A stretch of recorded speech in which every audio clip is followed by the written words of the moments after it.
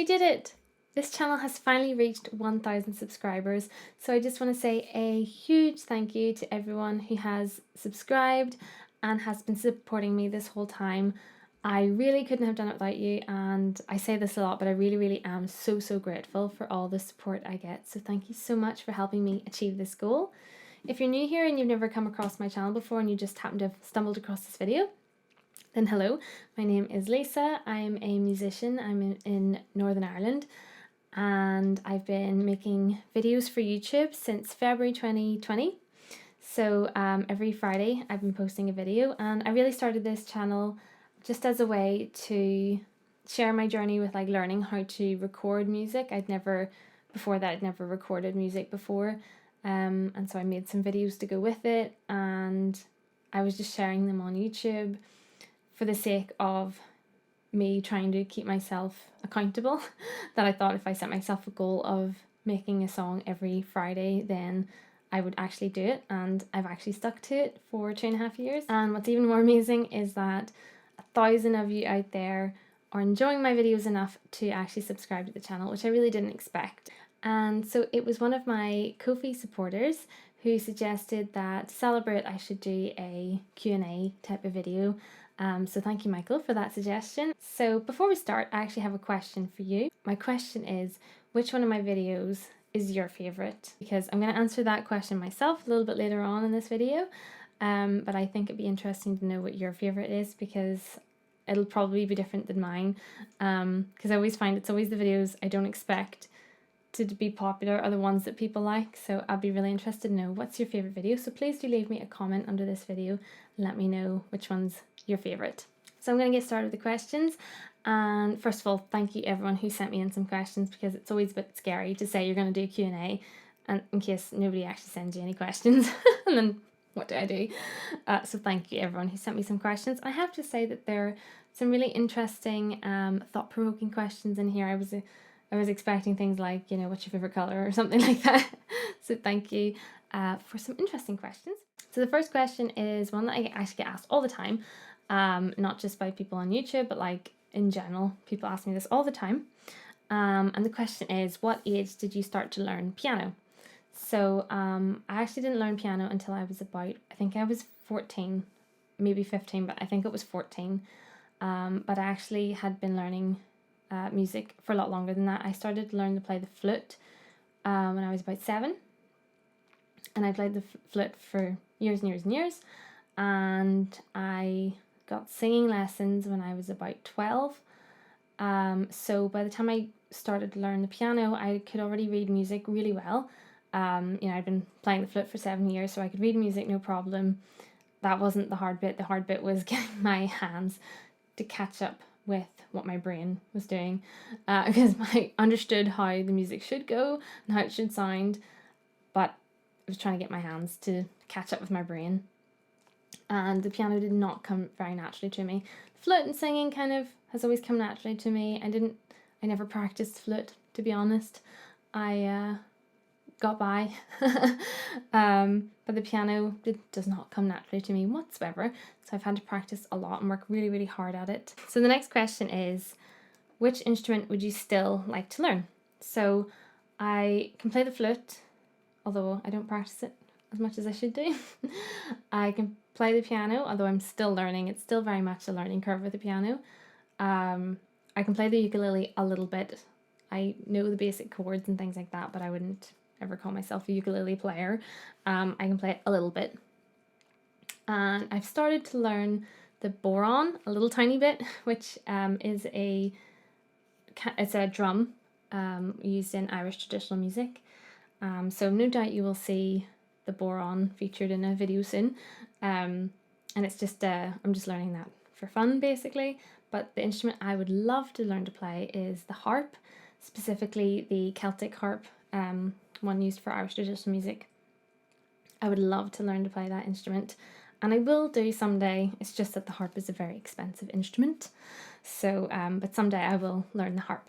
What age did you first start performing, and what age did you perform as a professional? So kind of a two-part question there.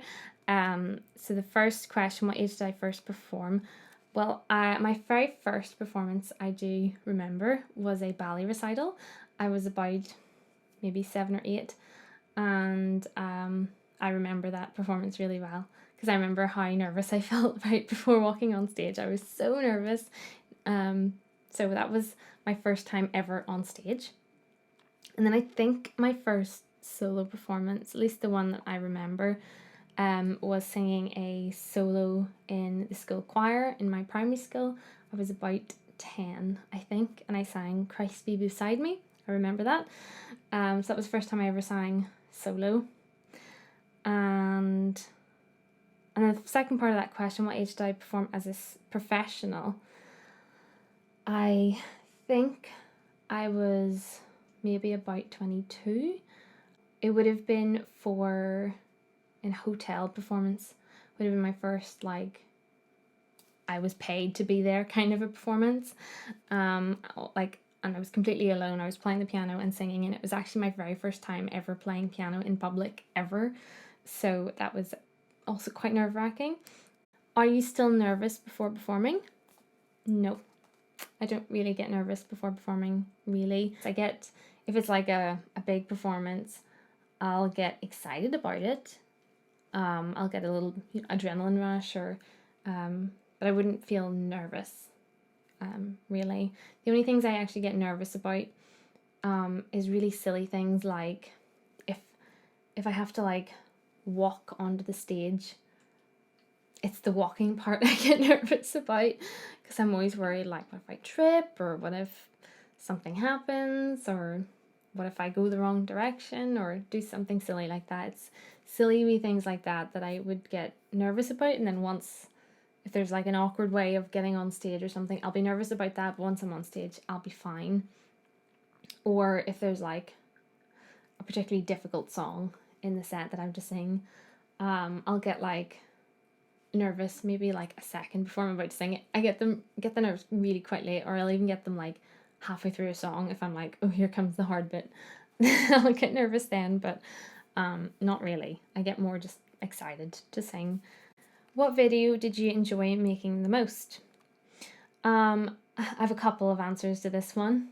The video that I really liked the most, the one that I really am proud of the most, is Song to the Siren.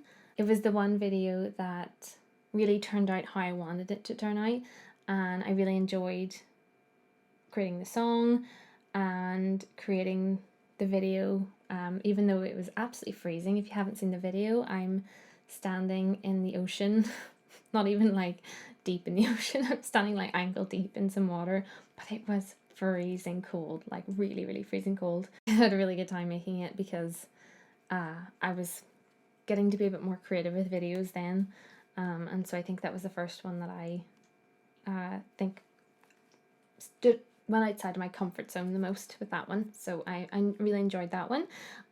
Also my video for the Sleepy Hollow music was really fun to make, getting the horse involved and everything, and my dad was involved, and with the costumes and stuff. Like, it was kind of, we just did that one for like a bit of fun.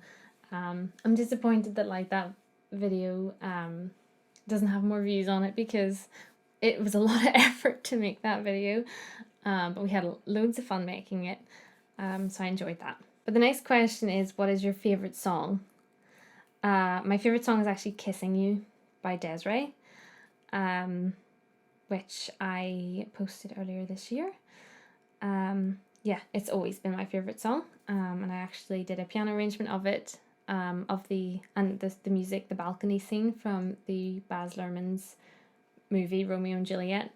That was my entrance song for my wedding, because I just love that piece of music so much. What was the hardest song to learn? Wuthering Heights was really hard to learn, which is a song I just did recently. It was definitely I would say it was the hardest song to learn, because usually, like, there's loads of songs I've done that have been tricky to learn, but maybe it's just the piano part that's tricky, or there might just be, like, it's usually just the piano part that I find difficult. Usually the singing part is fine. Wuthering Heights was kind of tricky to play on the piano, and also really hard to sing, and that's the only song. Usually when I do the videos, I will maybe practice them that day or maybe the day before and then record them. I don't spend very long learning the songs. With Wuthering Heights, I had to practice for quite a few days and I had to practice it like all day, and I listened to the song like over and over and over again to try and get it into my head and to try and practice it. So that was definitely one of the hardest ones. And the other song that was also really hard to learn, I can't even pronounce the title of it. It's by Björk, Visur Fatsenda Rosu. I'm sure that isn't even how you're supposed to pronounce it. That one was really hard to learn because of the Icelandic language. That is a very difficult language to learn. The next question is, how do you make arrangements for covers? Which kind of ties in with the previous question there. As I say, I don't spend a long time learning the songs. Usually I will either learn the songs the day I'm going to record them, or I'll maybe learn them like the day before. There's a few songs that if I sing them at weddings a lot, then I've already practiced them loads and loads. But sometimes if I'm doing something just for YouTube, a song I've never sung before, then I'll spend an hour or two learning the song and then record it. So how I go about doing a cover of a song is, first I'll listen to the song. If I haven't heard it before, if I'm not that familiar with it, I'll maybe only listen to it like once, and I maybe won't even listen to it the whole way through, because my aim isn't for the songs to sound like the originals. Well, not to sound exactly like the originals. I do like to put my own spin on things, and it's much harder to do that if you know the song really, really well. If you know it inside out, then it's very hard not to be influenced by the original. So I will listen to the song a little bit, maybe just once, and then I will look up the music for online. Sometimes I'll just look up the chords. Sometimes I'll look up if there is sheet music for it, I will try and source that, or if it's just chords, and I will just very basically play on the piano, and I will just sing, because for me the most important thing is the singing. So I always start with the singing and think about how I want to sing the song, and then that kind of leads the piano. If I want it to be like just about the voice, then I will do a very simple piano arrangement of maybe just chords, very simple, just sustained chord, very simple rhythm, and I'll just focus on the singing performance. Otherwise, or if there's any parts of the song, like the original song, if there's like a little counter melody that happens here, or a little backing vocal or something that happens there, I will incorporate that a little bit. If there's something I particularly like, I will try and incorporate that in the piano arrangement, or if I'm doing backing vocals, I'll try and incorporate that as well. Or if there's something in the sheet music, I will copy like what's written in the sheet music. Usually if I am working off sheet music, I don't play it as written. I will take what I want from it and kind of ignore the rest. And then once I'm happy with the arrangement, I practice it a couple of times over, see what feels because if something doesn't feel right whenever I'm performing it, then I'll cut it out, or sometimes I'll leave out parts of the songs, or change parts of the verses, or change chords here and there, because like I say, my aim with covers isn't to make it sound like the original, it's just sound like my own version of it.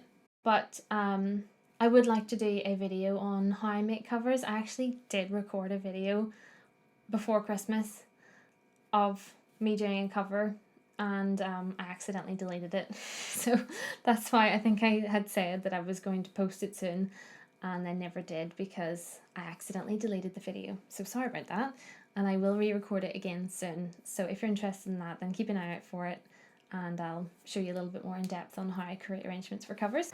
Next question is, do you have a live performance that is particularly close to your heart? That was a lovely question. Yes, I do.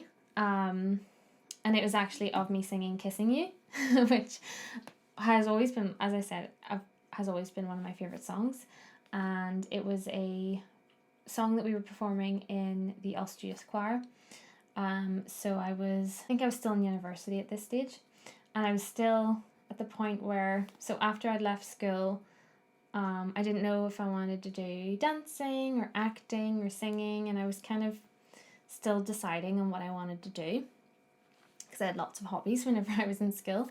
I had gone to university to study music, but I was still uncertain about, was I going to teach? Was I going to sing in operas? Was I going to sing in choirs? I wasn't really too sure. And whenever I went to the Ulster Youth Choir, we were doing a performance of the song Kissing You, and I auditioned for the solo because it was one of my favourite songs. And I went to the audition, sang my little heart out, and got to do the solo for the performance.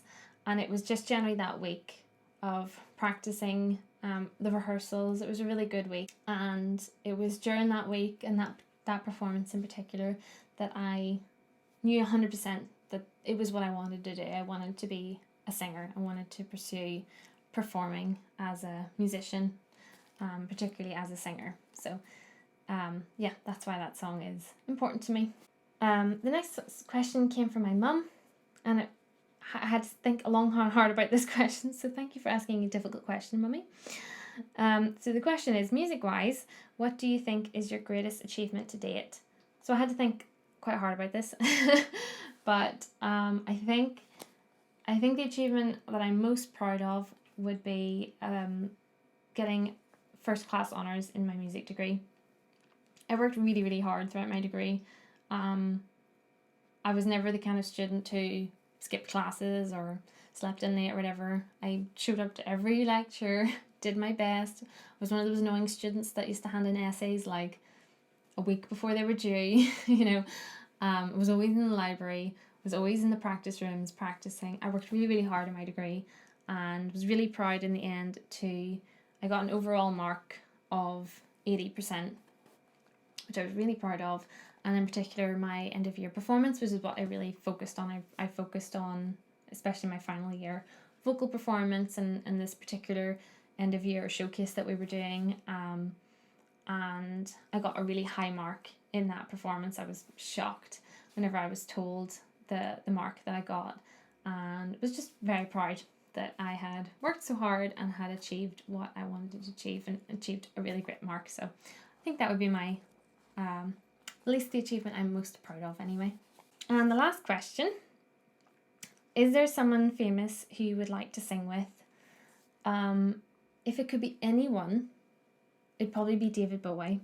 I would love David Bowie's music, and I just think it would be really cool to sing with him. I love the duet he did singing Little Drummer Boy, and I would love to do something like that. It would be really, really cool. But if it was like someone, who I would like to sing with in the future, I love the music of Kate Bush. It'd be really cool to perform with her. Also because I have like loads of questions to ask her. Or maybe Aurora. She's an artist I really admire at the moment, and I think it would be cool to perform with her. So thank you for all the wonderful questions. And thanks again to everyone who has subscribed and helped me achieve this goal. Like I say, I can't say it enough. So appreciative of all your help and support and just kind words. I always say that it is really scary to put videos out on YouTube because a lot of people could say nasty things. And I have to say, I've been so fortunate that everyone has always said nice things to me. I've never had any nastiness. It's always been lovely, and I just think we've made such a lovely community here on the internet, and I just want to thank you all for being here and for being so lovely. And thank you to everyone who supports me on Ko-fi, and especially Michael for suggesting this video. It's been really fun to make this kind of video. And thank you so much for Ko-fi. If you're not sure what Ko-fi is, it is a platform where you can support artists. So if you do like this channel and you want to help me support it so I can continue to grow it and improve for the future, then I will leave a link to my Ko-fi channel down below. And then I will see you next Friday. It's going to be a really fun video.